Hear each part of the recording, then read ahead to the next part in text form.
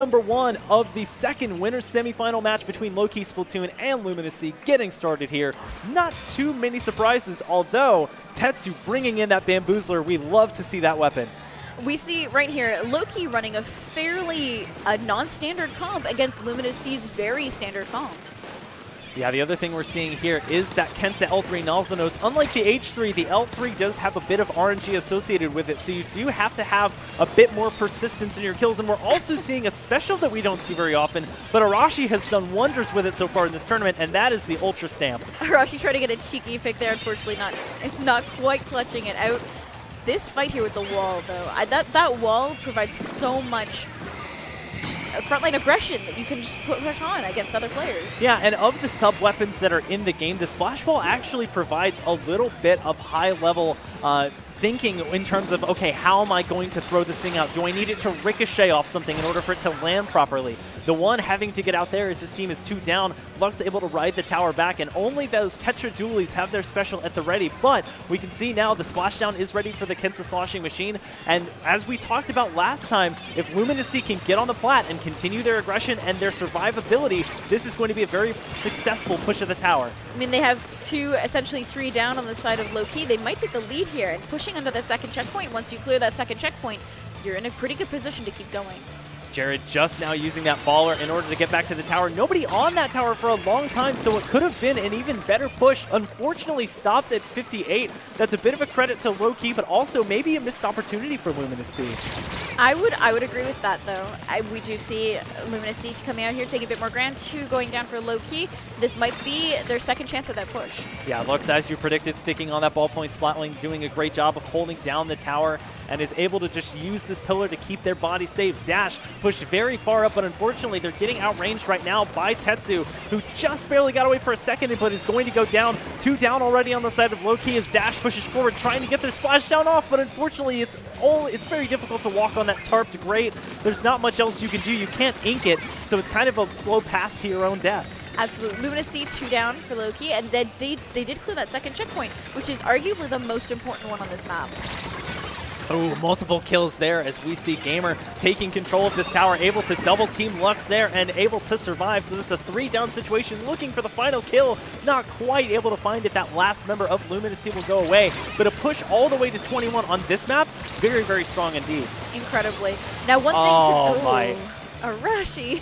Arashi, and you can also throw it at the very end of it for a potential extra kill there. So not only does it mash the ground faster, and with this most recent 4.4 patch, it's able to do things like cancel bombs and other shots too, which is quite an aggressive thing to have when you're just mashing the ground over and over again.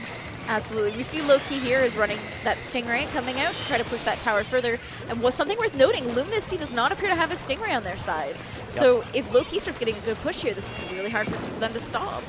Even in a meta like this one, not bringing a Stingray is a very risky choice, but they seem very confident in what they've brought here, and what they have brought is working decently well. Dash going to go down as Tetsu's playing very, very aggressively with this bamboo. That's probably going to be a double there, as well as the one uses his canopy to stay alive, looking for another kill there onto Muty, but was distracted there by the splashdown and will go down because of it. Under a minute and a half left to go, but so far, no movement on the tower, and Lowkey's still very much in control of mid. Very much in control and pushing forward every moment that Lowkey spends sitting on their plat here. It looks like Tetsu is a little bit hesitant to move forward. He's been getting punished for it quite frequently.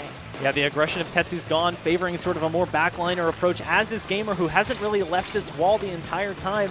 Jared, thankfully, rolling around and is able to keep the progress that they've built up toward that baller. They will need the baller if they want to go forward here, as Lowkey has 3 of their specials at the ready.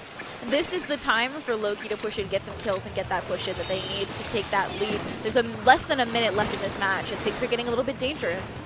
The bamboo popping the 10 missiles there did a great job of keeping that map control in mid. Gamer pushing forward. Here comes Arashi, pushing Jared back against the wall and getting another one there onto Dash by the tree. That's a very successful 3 down situation, and now Lowkey can start to focus on their push.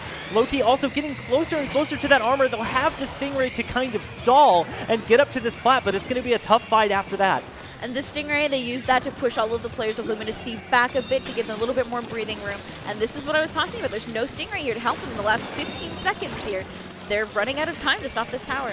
Yeah, the 10 missiles only backing Lux off, not really doing any significant damage. They have 3 out of their 4 members at the ready. The one staying alive, though, with that canopy and getting closer and closer to building up another armor, which they'll need if they're going to go into overtime here. Arashi successfully building up this Ultra Stamp, but they're not able to get on the tower. Multiple specials at the ready, but if you don't stay on the tower, nothing matters at that point, and what could have been a very successful push turns into a missed opportunity instead.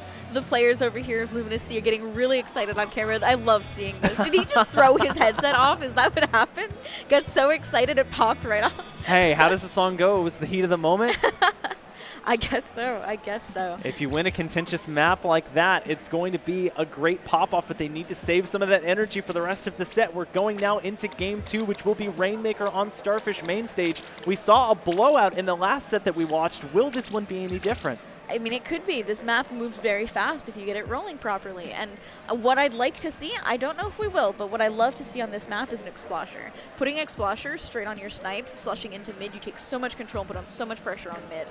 Now, we've been seeing, I know Gamer favors Splatlings, we've been seeing Lux a lot on the ball point, but maybe a good time to switch it up a bit. Yeah, and back in the earlier days of Splatoon 2, I know a very popular choice was to get a Fire Fin and stick on the platform right behind the midsection, the actual concert stage of this map, because not only could you still have an impact on the map control in mid by throwing those suction bombs, but a nicely placed splash wall made you nearly unkillable because it's pretty difficult to flank all the way to that point without being spotted. And knowing how the meta is right now, Stingray isn't nearly as necessary as it used to be, but they didn't opt to run, Luminous didn't opt to run one in tower control. I'm wondering if they'll switch that around and opt to run one here in Rainmaker, because Rainmaker, Stingray does really well to stop it in overtime, and does really well in this map especially. Yeah, keeping that in mind, it is a pretty linear map as maps go, so Stingray can still be very, very strong, especially since there's one primary way to push the Rainmaker now, as opposed to 2 or 3.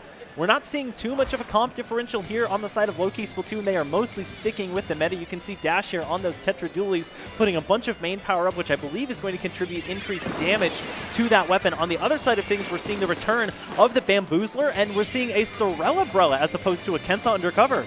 Which is an interesting choice, honestly. You don't often see the Sorella played, except obviously by the one. Yeah, Autobomb weapons in general aren't that popular anymore. Arashi trying to get something going on the Rainmaker, but Jared will get away and push it all the way to 71. However, they will lose the vast majority of their team in the process, and Tetsu getting very close to those 10 missiles, which will do a great job of backing the enemy team off.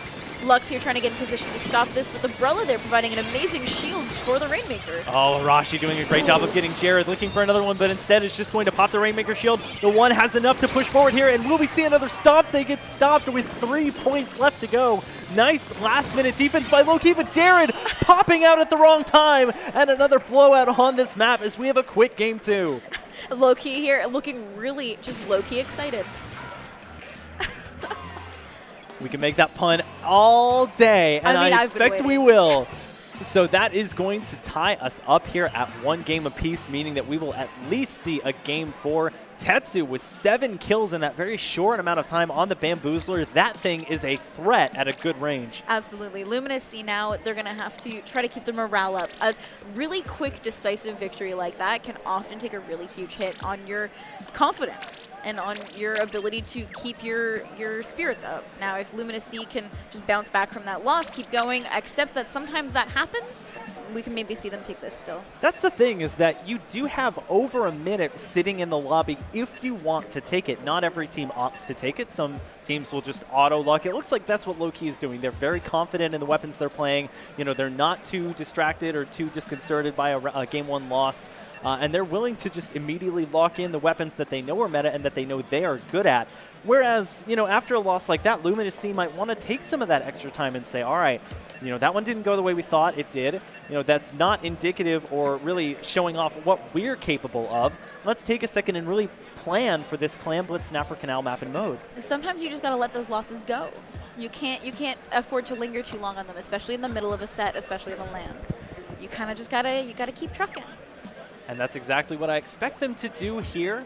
And even if they lose this one, they still have the opportunity to go into Splat Zone's Mako Mart and retake some of that ground and then force a Game 5.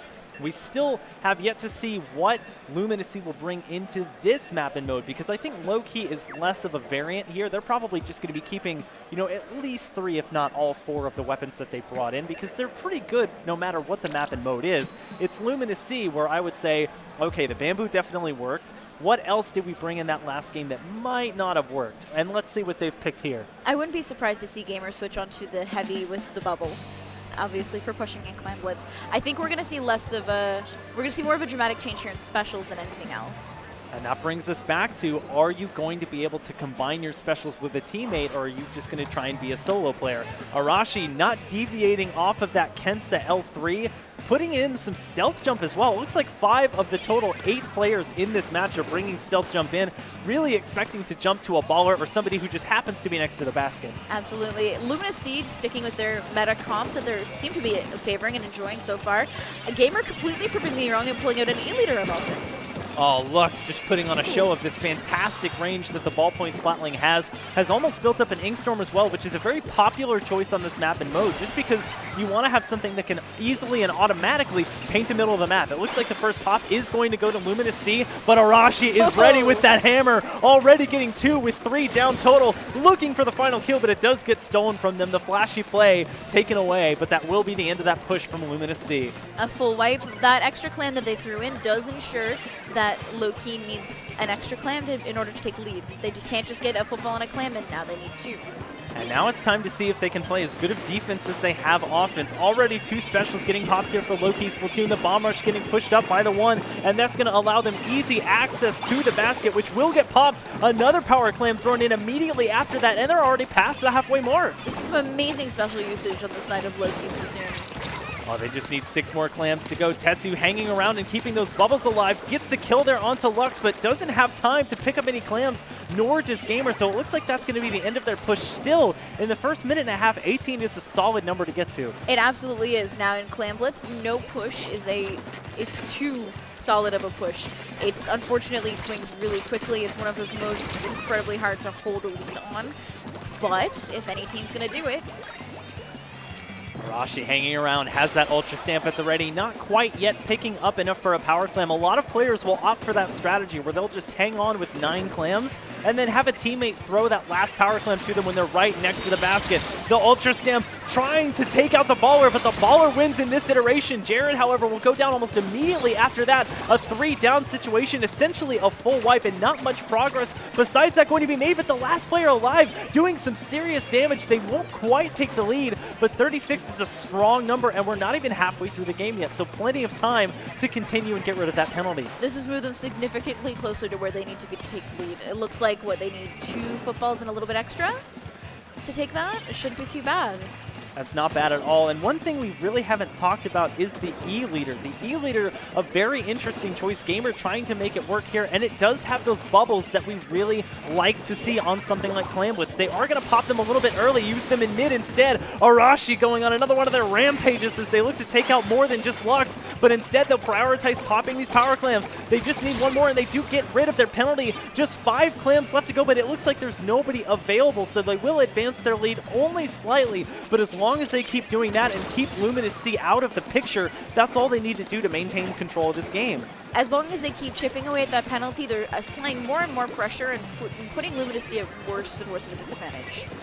Gamer also has those beacons, which on a huge map like this can be very, very nice as a strategy to go into those more unexplored parts of the map, throw a beacon down, and then allow your flankers to get into the action where your enemy doesn't expect them. It looks like both teams are just trying to build their clams and their paint control, trying to get some specials up before they move any further. Oh, Tetsu. Tetsu looking for their next victim here. Unfortunately, they don't really have a great opportunity yet to push in, but they do apparently have the clams at the ready and 2 specials, including Arashi's Ultra Stamp. They also have the bubbles at their disposal as well, which as we are getting close to entering the final minute, that should get popped off. Here come the bubbles now. Gamer trying to pop them before he gets flanked, and unfortunately, the flanking happens first by Dash.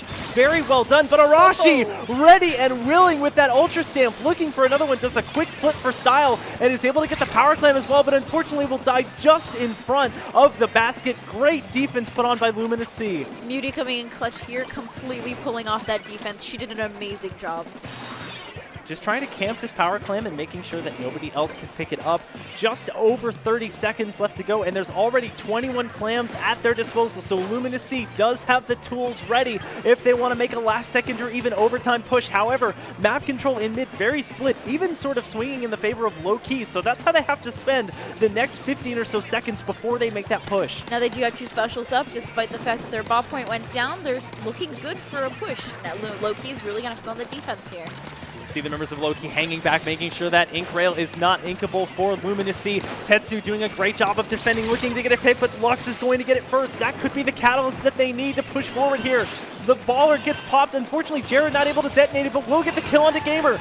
Also detonating the splashdown. It will be enough to get rid of the penalty. They need a few more clams. Arashi not able to pick anybody up with the Ultra Stamp. That's basically a full wipe. Let's go, Jared. Can they get enough clams in? And they will take the lead at the last second. Arashi's Ultra Stamp not enough to pull off the heroics and a last second victory. And you can see the jubilation on Luminous's faces as they take game 3 and the lead in this set. Oh my god, that was an incredible play at the end there. We were waiting for that push. We know they had the specials up. They just got the picks they needed at exactly the right time. Once again, really not a high-scoring affair at all in terms of kills. Only 2 players out of the 8 with double-digit KAs, so this really was about a war of attrition, waiting for the right time, using the free parts of the map to build up your special. Even those beacons came in very, very handy, but unfortunately, it was not enough. Could this one go to Game 5? Absolutely. But could this one also continue with the momentum of the crowd, with the momentum of winning Game 3, and end in Game 4? Absolutely it could. One of the big differences between really experienced high-level players and some newer players is the ability to be patient, especially in high-risk situations like that. They knew they were down to the wire. They knew they were running out of time. They knew they had the specials and the clans needed. They just had to wait long enough to get into the good positions, and they did it. They did it. They managed to sit together and maintain their cool and get to where they needed to be exactly when they needed to be there. Do I expect this to really change Lowkey's outlook on this set? Not really. I think maybe if they happened to underestimate them before, which I doubt they did, but if they did before, now they know that they need to pull out all the stops. Do I expect their comp to change really heavily? Not at all. I think they're very confident with the meta right now, and I think a lot of what they've been doing is working. They're just getting themselves in last-second, late-game situations that they don't want to be in, which if there's something that they need to work on, that's probably it. Now, it's worth noting so far that Lowkey's win, if I remember correctly, was the Rainmaker match that ended so quickly. Now, I don't know if that is wearing on them a little bit, that in the long run, Luminous seems to be taking these matches out from under them. You have this in trading card games as well. You have some decks that are very aggro that want to get, the match over in the first few turns. And then you have some decks that are all about control, that are maintaining the pace of the game until the very end when you know you have the advantage. And I sort of see that here. Lowkey trying to be very aggressive with their composition, which it's not entirely short range. It's not aggressive like that. They have a little bit of everything, but it's all about in the first team fight where they're popping their first specials of the game. Can they snowball it to the point where they can get within the 20s, the teens? If they can, Lowkey can take this one. If it's more of a stalemate, Luminous has the better shot. Absolutely. Now, let's see what we're going to get into here. Mako Mart is one of those maps that swings very quickly. As predicted, we're not really seeing any changes here from Luminous. Actually, Luminous really jumping on the meta here, and it's Lowkey that will be taking on a couple of different weapons, notably the Hero Brella and also that very, very interesting Kensa Gluga Dualies. We don't see those played very often. Not at all, and they're a fun weapon to watch as well. I believe they're going to have the Fizzy Bomb, which is super, super deadly. It is something we see on the Kensa Sloshing Machine all the time, so we know it can do a lot of damage. And it's also going to have the Ink Armor, so if you want a more aggressive rolling weapon for your Ink Armors, then that's not a bad choice at all. But it's weird to see Arashi switch away from that Ultra Stamp. It's typically not something we see in the comps, in the meta at all, just because there are other weapons there that build armor so much more quickly than Gluga does. So after a pretty good opening push by Luminous here, it is going to be Lowkey taking things over here. 3v3 right now. Dash using those rolls, but it's not going to be enough. Jared getting tap-shotted by Tetsu, who will not be able to quite secure the kill before the baller goes off. Jared backed into a corner, still able to survive at least for the moment, but they're going to be tapped on from overhead. And Tetsu tried to get the zone back. They were so close, but unfortunately were not quite able to take the lead. That was just about long enough, Jared's distraction, to take Luminous C's penalty completely away and work that clock even further down. And I don't think we've really given enough credit to Tetsu playing these Tenta missiles. Tenta missiles are almost unheard of in this meta, yet they're popping them very, very consistently.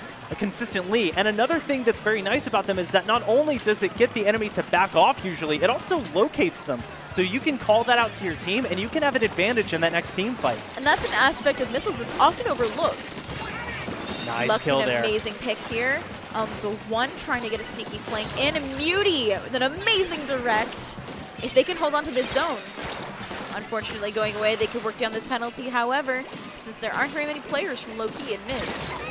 Ooh, gotta love that pachink sound. Muty able to get the kill there onto Gamer, and they will get the zone back. They do have quite a large penalty to work through, however, but they have backed off Lowkey to the point where Tetsu not able to jump out, and they don't really have any specials to contest the zone. They're not even close, and they've already lost another 2 members, so Luminous really, as we talked about, dictating the pace of play here. Luminous having their specials out and opting to hold them for a good push or a good defense here. They're almost out of their penalty, and then they'll be ticking down the clock. There's only 25 ticks until they end this game. That huge penalty's been worked through, and now they're relying on the double Ing Storm to push forward here. Gamer being a lot more aggressive, but they will pay for it as Jared behind them will get the kill. They will pay for it with their life, however, and they will get stopped at 12. So nice takeover by Lowkey, but Lowkey, even though they have over 2 minutes in this game, really can't afford to lose the zone that many times. Even with that penalty of 48, 12 is a very drastic number to get past. Absolutely, and they are ticking down, sitting at the 60-point mark. They're on their way, but Luminous just charged 3 specials and used 2 of them at the same time to take this zone back.